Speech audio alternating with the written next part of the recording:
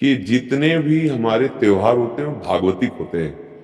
इनमें कोई ना कोई संबंध हमारे भगवान की लीलाओं से होता है।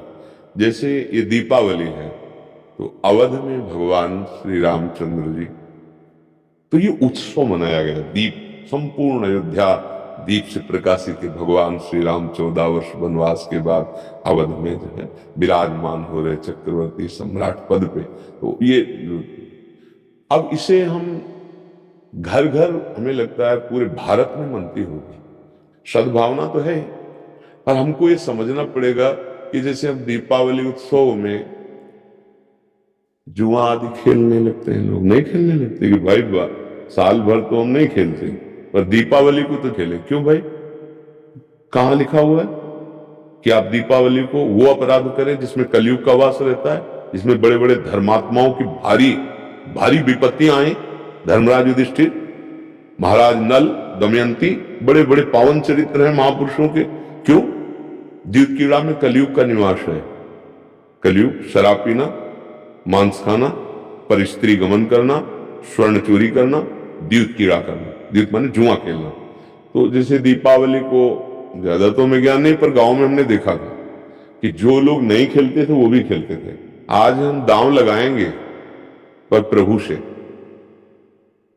पूजन करो अपने प्रिया प्रीतम का या भगवत विग्रह किसी का, और बैठ जाओ माला लेकर के 12 बजे रात्रि तक खूब नाम मंत्र जप करो। बड़ा शुद्ध, कई गुना बढ़ करके लाभ मिलता है।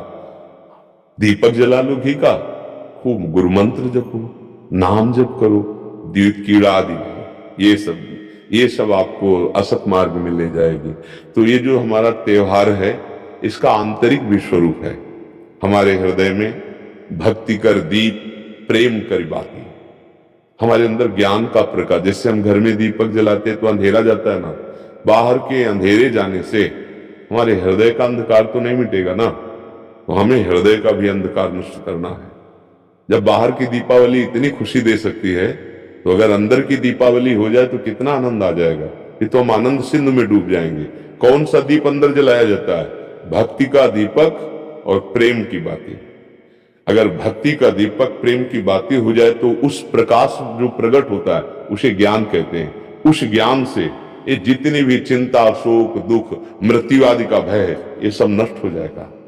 आप शरीर नहीं है, आपका स्वरूप सच्चिदानंद है।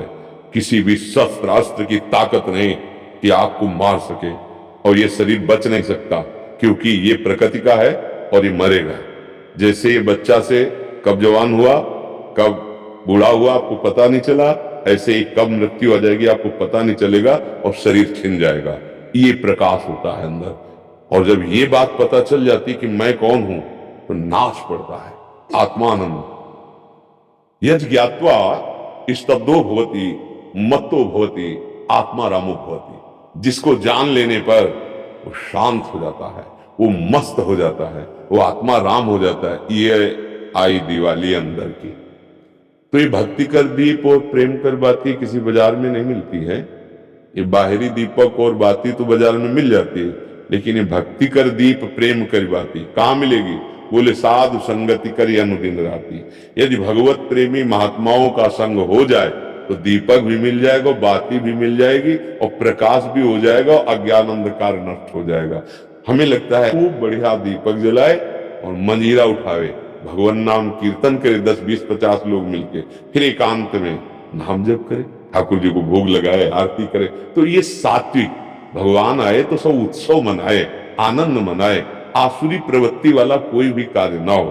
और अंदर भी जब हम नाम जप करेंगे, भक्ति करेंगे, तो अंदर प्रकाश बहुत जरूरी है। आज हमारे बाहर तो प्रकाश की बहुत बढ़िया व्यवस्थाएं हैं, हाइलोजन बिजली सब चल रही। जब बिजली नहीं तो जनरेटर से चल जाएगा। अंदर अंधकार छाया हुआ है, नहीं छाया हुआ। इस अंधकार में जब तक दीपावली नहीं होगी, तब तक वास्तविक आनंद का अनुभव नहीं होगा। और यहाँ आनंद, जैसे हम देखो अंधकार में क्या, रस्सी को सांप समझ रहे हैं, भयभीत हो रहे हैं। शरीर में इतनी आसक्ति, मैंने मान लिया मैं स्त्री हूं, मैं मान लिया मैंने पुरुष हूं। नहीं है तू, ये तेरी पोशाक है, और जितने भी दुख है सब इसी में आते हैं। तू काहे को इसको पकड़े हुए है? तू अपने स्वरूप को देख, तू अलग है। अब ये बात समझने के लिए साधन चाहिए। अब तुम गंदे आचरण करते हो, गंदा चिंतन करते हो, कैसे तुम अपने स्वरूप को जानोगे? तो यही ज्ञान प्रकाश, यही ज्ञान हो जाए कि मैं भगवान का अंश हूं, जैसे भगवान कहते हैं ममैवांशो, और भगवत प्राप्ति करना मेरा परम धर्म है। और आनंदमय जी गृहस्थी में महात्मा हो जाओगे।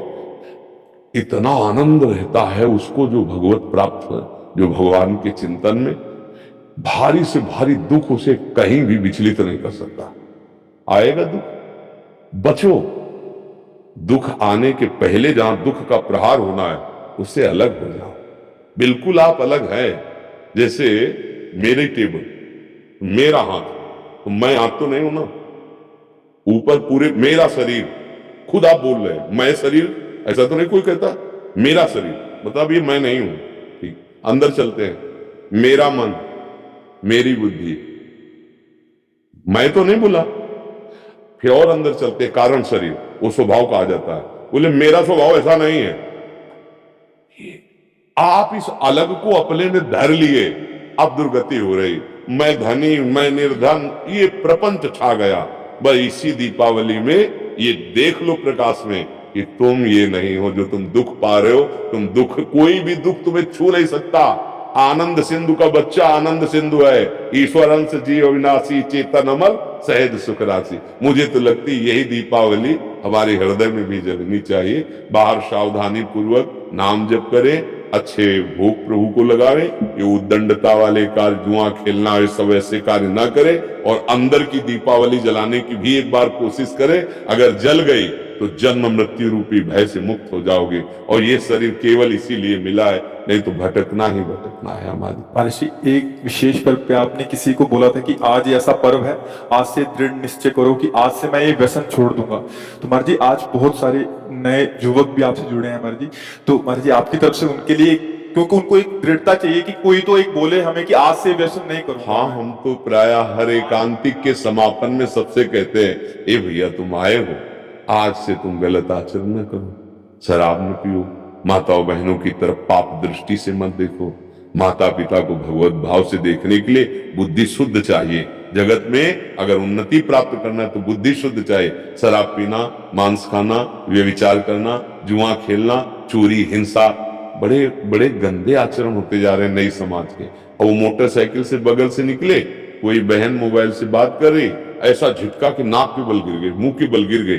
कितने का मोबाइल, जंजीर सोने की चैन कितने को की, 40,000 50,000, पकड़ा, राक्षसी बुद्धि से खींचा, और वो तो मोटरसाइकिल में बैठा ऐसा खींचा, वो कई तरह गिरती। ये क्या हो गया? बुद्धि भ्रष्ट हो गई। हमें लगता है कि अगर हमारी बात आपके कान तक पहुंचे, जो तुम्हारी दुर्गति कराने वाली बात है, अगर इसको छोड़ दो तो हमें सुख मिलेगा कि हमारा भारत देश का समाज एक धार्मिक समाज, एक शांति प्रिय समाज और स्वयं परमानंद में डूबने वाला बन जाए। ये तुम्हें नशेबाजी, गंदे आचरण भरा, देखो ना क्या परिणाम होता है। मान लो 2-4 बार नहीं पकड़े गए आप, लेकिन जब पकड़े जाओगे तब ऐसी पिटाई होगी यहाँ, और आजीवन का। अगर छूट भी गए तो यहां से तुम भले छूट जाओ किसी प्रमाण देकर, लेकिन एक और न्यायालय है जहां राय पाई की चूक नहीं होती, कोई घूस नहीं चलती, वहां के न्यायालय से डरो पक्का। यहां तो मान लो आप इधर उधर करके प्रमाण दे के बच सकते हो या कुछ ले दे के, लेकिन एक न्यायालय जहां कुछ लेना देना नहीं, किसी गवाही की जरूरत नहीं, वो स्वयं सर्वसाक्षी हो। तो पाप कर्म का त्याग, गंदे व्यसन, गंदे आहार का त्याग, यही भारी उत्सव हो जाएगा। यही हम भेंट मांग